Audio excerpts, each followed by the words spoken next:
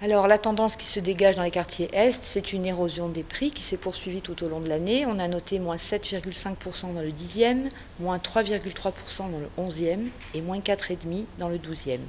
Un seul secteur semble tirer son épingle du jeu, c'est le quartier de la Timone, où l'attrait des investisseurs privés s'est poursuivi puisqu'on a constaté une hausse de 15% avec des petites surfaces qui sont vendues.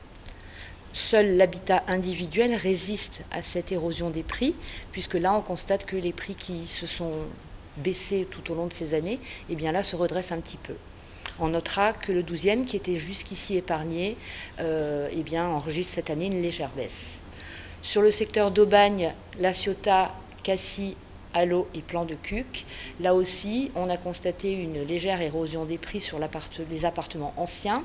C'est à Cassis que l'on a enregistré la plus forte baisse, avec moins 9%, sachant que cette année, ce sont beaucoup de petites surfaces qui ont été vendues. Un seul secteur semble résister le mieux, c'est Plan de Cuques, qui, lui, est en hausse de 2%, même si le prix moyen est inférieur à celui qui était enregistré en 2013.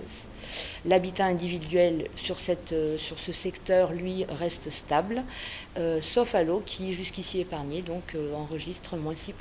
Donc la tendance du deuxième semestre 2015 est bien meilleure, puisque les taux d'intérêt très attractifs, une marge de négociation ouverte pour les acquéreurs et des prix qui ont été corrigés portent le marché de l'ancien et devraient ouvrir de belles perspectives pour la fin d'année.